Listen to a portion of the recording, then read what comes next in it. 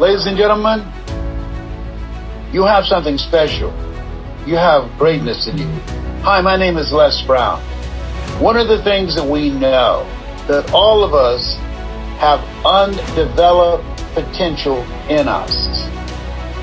I'm excited to be able to speak in behalf of the Igniters. It's a group of individuals who are messengers of hope.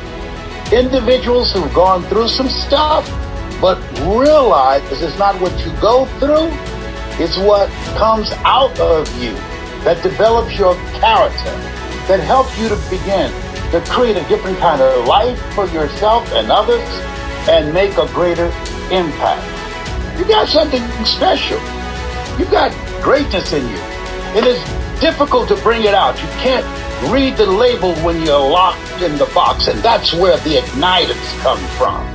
Because when they speak, they will ignite something in you. When they speak, they will interrupt the loop in your mind that says you can't do it. When they speak, and as you watch them and listen to them, what you take in will determine your outlook on life. And the igniters, they help you to realize that when you are pursuing your greatness, being ignited by an unstoppable goal and dream of living the greatest expression of yourself, the world will never be the same again. You got something in you.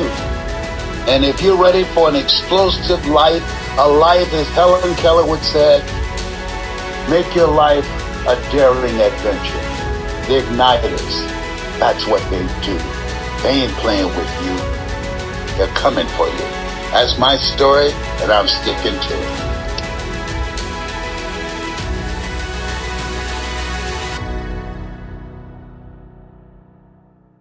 I've been very inspired by everybody I've been hearing this morning and or this afternoon, wherever you are, maybe morning, night. And I just want everybody just take a breath, because I know I actually had to take a few breaths, not because I was speaking, but because the energy that's in this summit has been just amazing. So I just want to thank all of you for being here, and I'm happy to be here.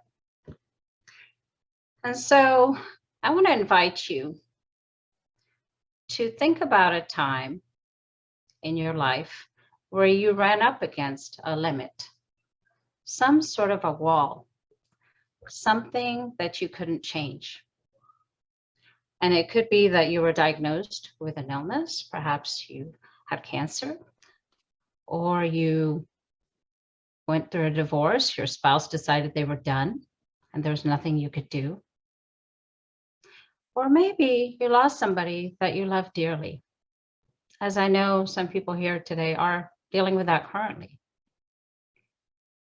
And I want you to reflect on, what is it that you did, or what is it that you're doing to move through that? What is it that you do when you run up against a dead end? And for my parents, on the day that I was born, they ran up against a limit like that. They had a baby with spina bifida. And spina bifida is a condition of this where the spine doesn't fully close, doesn't fully complete developing. And I was talking recently to my mother. My mother is 86. I was talking to her on her birthday, actually. And I called her up, and we were just talking about her life, because she talks about that a lot now, just passing things along, and I'm just all ears too. And I said, Mom, what did they tell you when I was born? What did they say? What was my prognosis? And I heard her sigh, and she said, Poonam, they said this child has no future. They said you would never walk. They said you would never be independent. But your dad said, well, God has given us this responsibility, and we'll do our best. We'll do our best. And then she went on to tell me how my dad would go to work, and she would go to different doctor's offices. And one day she came out of an appointment and she came out of there weeping. If you know my mom, she has wept an ocean of tears for me over the years. And she came out of there weeping. And she sat down in a chair in the hallway to gather herself. And she had me in her lap. I was about 3 months old. And the medical director of the clinic happened to walk by. And he saw her looking devastated. And he knew of my case, I suppose. And he said, Mrs. Sharma, please don't cry with the baby in your lap. Don't cry with the baby in your lap. We're physicians, we're doctors. We don't know everything, we're not God. But please don't cry with the baby in your lap. You never know. You never know. She may be lucky. Things may be okay. And as I listened to that story, I thought, wow, that's pretty amazing. This man saw her facing something she could not see past, a limit. And he planted a seed of possibility. He said, you never know. You never know. This may not be a dead end. This might be a curve in the road. And so I find it kind of funny and a little bit ironic that actually that's what I do for a living. That's what I do for a living. People come to me because they're stuck. They can't see a way forward. My job is to help find those possibilities, not just hope, but actually concrete ways to move through. And so I was thinking, what is it that I do in my work? What do I tell people when they're stuck like that? And, what if I experienced in my personal life as well? And I thought of this acronym, which I hope will help you remember this. The acronym being DEFY, DEFY, to defy the odds. What do you do? And the first thing you have to do is you have to make a decision. You have to make a decision. I'm going to face whatever it is that is in front of me, and I'm going to do my very best. That's what my parents did. They even moved from India to England to take care of me from a medical standpoint. They set the bar high on doing your best. Les Brown says there's nothing as powerful as a made up mind. And I 100% believe that. So make up your mind that you're going to face the challenge in front of you and do your best. And I'm going to tell you that the best is going to vary from day to day. Some days, all you can do is just breathe through it. And other days, you can move forward more quickly, but make the decision. And then the next thing is equip yourself. Equip yourself for the journey. Usually we think of like taking stuff with us, right, on a journey, or getting information, right, when we're planning something. And those are important. But the most important thing you need to equip yourself with is actually people who will support you on this path that you're on. And if you're sick, if you have cancer, do you have a good oncologist? Do you have somebody who can guide you through that? If you don't have somebody that is close enough in terms of your family or your friends, that's okay. Pay somebody to support you. Go to a support group. There are people out there that will help you if they know. So get that support. There's an African proverb that I ran across recently. It said, if you want to go fast, go alone. But if you want to go far, go together. And I have been really so fortunate. I have my parents, I have my brother, my sister, friends, and my husband. Some of these folks are here today cheering me on still. Okay. And so find people, find even your pets. Your pets can be a source of comfort through things like this. Okay. Your faith can be a source as well. And as I was thinking about this point earlier, I thought about something that happened a few years ago. I have two daughters, and actually the oldest one is now 20. And but at the time, Lena was 6 years old, and my younger daughter, Sonia, was about 1.5. And Sonia's pediatrician had asked us to go get a blood draw. Okay, so I took my husband was at work, and so I took both the girls with me to one of these lab places. And we went in and sat down, and I put Sonia on my lap, and Lena was standing right near me. And Sonia, she didn't know what was going on. And then the tech comes up, and the phlebotomist, and she's got that stretchy latex thing, whatever, that they kind of squeeze the life out of your arm with, right? We've all had that experience. Well, of course, Sonia started crying, and, very predictable. But then I look over, and Lena's crying, and she's not looking happy. And I put my hand on her. I said, "It's okay." And then I gave Sonia a lollipop.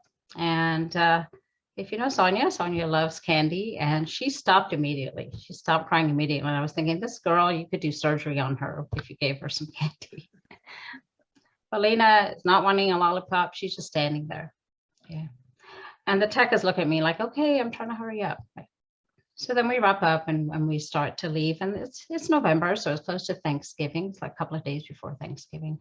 And the tech is talking to me about how she's got her turkey defrosting and all this stuff, and the family gathering. So as we're leaving, I said, well, have a happy Thanksgiving. Thank you so much. And I look at Lena and I say goodbye. And Lena's not looking happy, and she has her arms crossed, and she looks at this woman. And she says, "Happy Thanksgiving. And next time, you can stick that needle in your turkey, not in my sister." And I thought, stick that needle in your turkey, not in my sister. And a part of me was proud, like, wow, she's got her sister's back. And a part of me was like, oh my gosh, I can't believe she just said this. But that's the kind of support we need. Somebody who cares when we're hurting. Somebody who has our back. When we're vulnerable, it hurts them too. That's who we need on the journey with us, because it's not the suffering that gets us, it's suffering alone. So make sure you have your people with you, right? Whatever you need to do to feel supported. And then the next thing you got to do is you got to fight. Okay, you got to make a decision, equip yourself, and then you got to fight. And when I say fight, I'm not talking about like what went down with Will Smith, right, at the Academy Awards. I don't think he got his message across. It was more of a mess. I'm talking about fighting smart. And by that, I mean, focus on what you actually have control over, where you actually have power. Think of life as being like a lump of clay. Put your hands in it, engage it, shape it. Many times people say, I wonder how my life's going to turn out, or I wonder when I'm going to get married, or I wonder, this or that. Well, you got to interact with it. You got to engage it. That's how you can move things forward.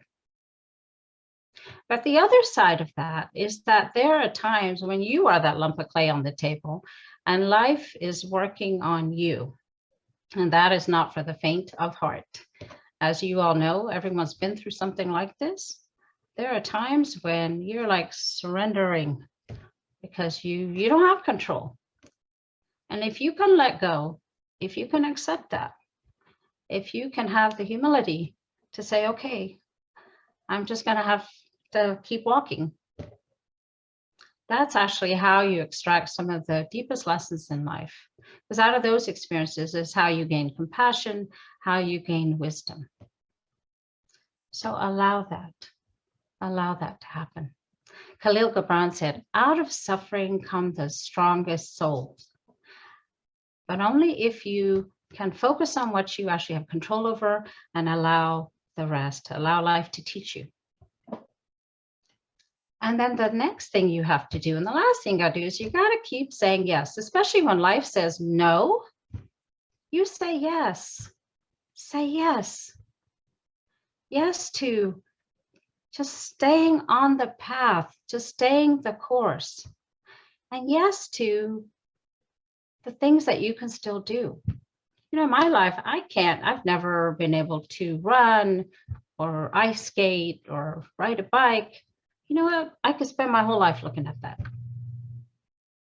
But you know what? I was really good in school. I actually made straight A's all the way through school. I love school. I love learning. I found something that I could channel that into. You have to persist. Focus on what you can actually do and persist. Just keep saying yes again and again and again and again to life.